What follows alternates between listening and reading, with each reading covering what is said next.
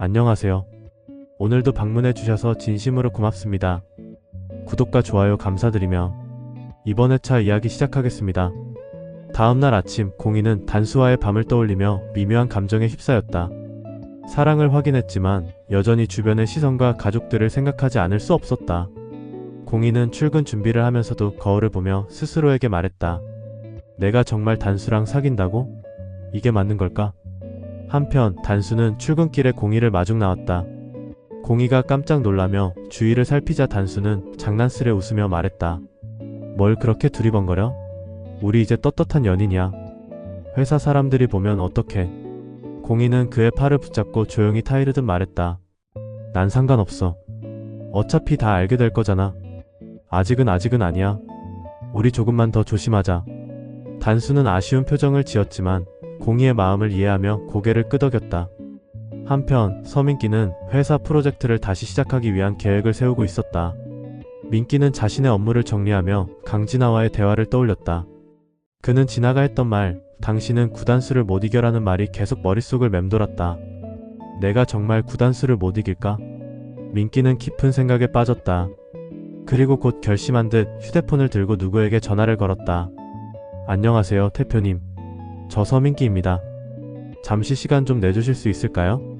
그는 JS 패션의 주요 주주를 만나러 나섰다.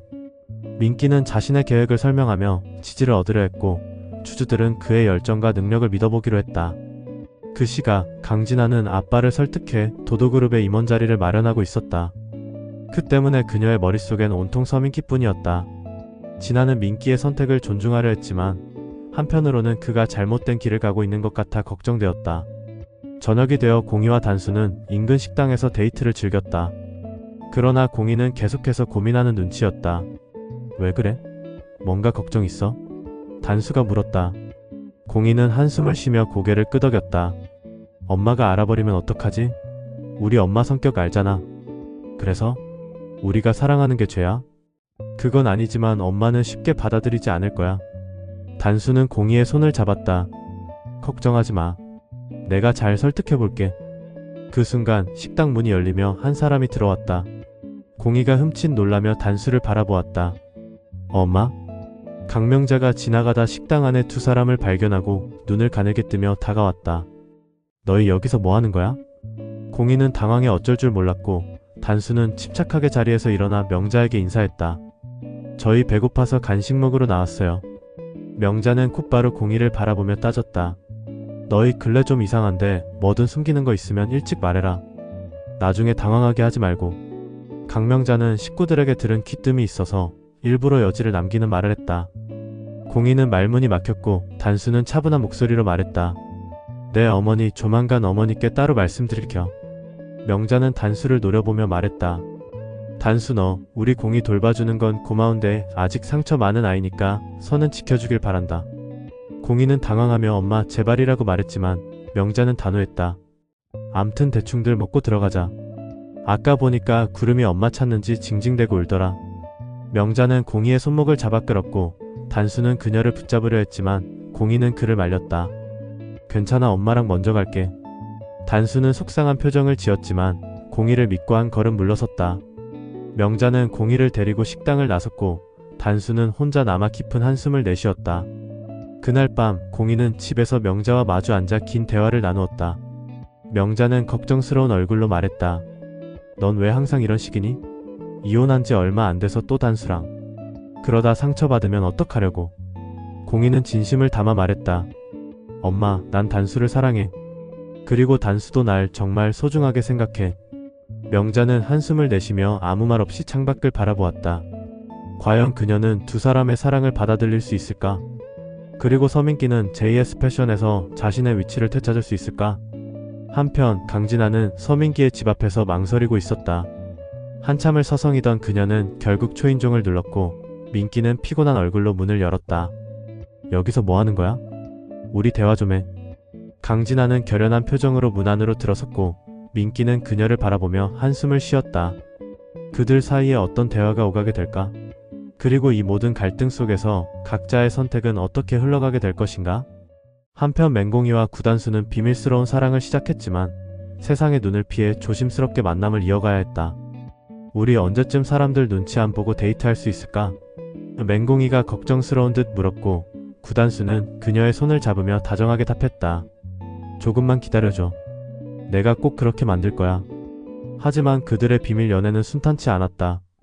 강진아는 황 회장에게 맹공이에 대한 불신을 심어주려 끊임없이 노력했다. 회장님, 맹공이 씨는 원하는 걸 얻기 위해서라면 무슨 짓이든 할 사람이에요. 강진아는 황 회장의 불안감을 자극하며 맹공이를 궁지에 몰아넣으려 했다. 황 회장은 진아의 거짓 정보를 들으며 더더욱 공이에 대한 불신이 커졌다. 얘를 내 회사에 그냥 두면 안 되겠군. 이렇게 혼잣말을 하며 뭔가 비장한 생각을 하듯 공이를 패척시킬 계획을 하는 것 같다. 어느 날 황 회장은 맹공이를 불러 지난번 프로젝트에서 혁혁한 공을 세운 치사를 했다. 생각보다 일을 참 잘한다는 평가가 있어 일부러 보자고 불렀다. 이에 맹공이는 감사합니다, 회장님 이라고 대답했고 황 회장은 곧이어 획기적인 제안을 하게 된다. 그래서 말인데 맹공이 씨 해외치사로 나가 일해볼 생각 없나? 해외요? 제가요? 당황한 나머지 말을 흘리는 공이에게 황 회장은 쉬지 않고 제안을 들어놓았다.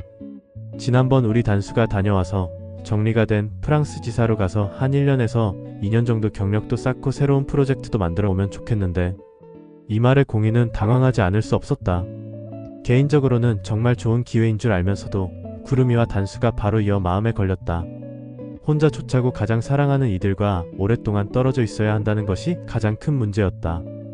회장님, 말씀은 감사합니다만 제가 아시다시피 아가를 케어해야 해서 아마도 쉽지 않은 일일 듯 싶습니다. 그러자 아기야 뭐 굳이 원한다면 데리고 가서 베이비시터 붙여 케어하면 될 거니 그리 신경 안 써도 된다. 이렇게까지 적극적으로 제안하는 황 회장이 다소 이해가지는 않았지만 워낙 좋은 기회이고 조건이다 보니 고민 안 할 수 없었다.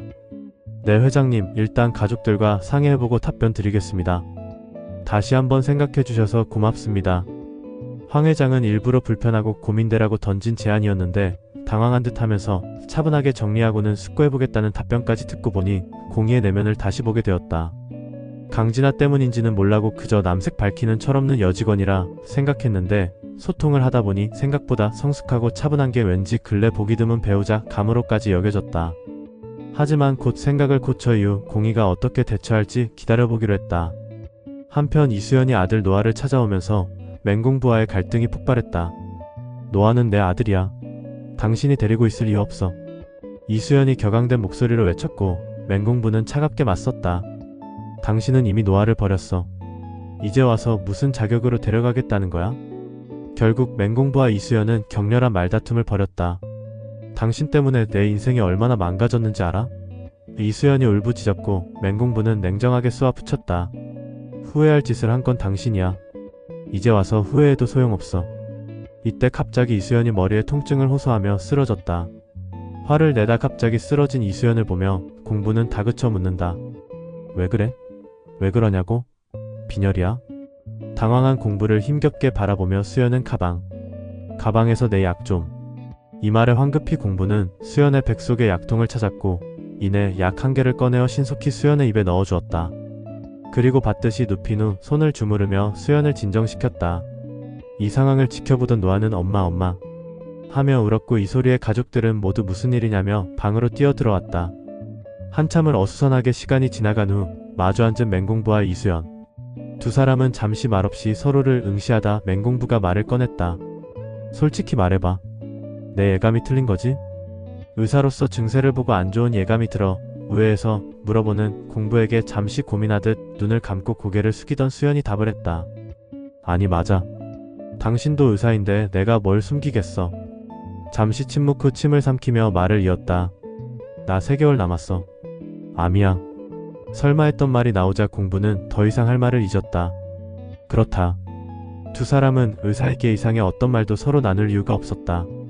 병명과 증세만 대충 알아도 얼마나 서로의 시간이 남았는지 유추되는 상황이었다. 이수연이 말을 한다. 나 조금 있으면 보고 싶어도 우리 노아 못 봐. 당분간만이라도 노아랑 지내게 해줘. 이후에 다시 미국 갔다고 하고 노아 앞에 안 나타날게. 울먹이며 간청하는 수연의 말을 듣고는 공부 또한 눈물이 멈추질 않았다. 그렇게 자신과 노아까지 외면하며 자신의 업력을 위해 노력하더니 허무하게 모든 걸 잃게 된 수연이 측은하면서도 안타까웠기 때문이었다. 이렇게 무언의 눈빛으로 서로를 잠시 이해하는 두 사람. 아직 어린 노아가 혹여라도 큰 상처받지 않기를 바라는 다 같은 마음입니다. 이번 스토리는 평탄치 않을 단수와 공이의 사랑선과 이들을 시기하고 질투하는 민기와 진아의 감정선이 보여집니다. 이상으로 이번 회차 예상 스토리를 마치겠습니다. 다음 회차도 구독과 좋아요 시청 부탁드립니다. 다시 한번 감사드립니다.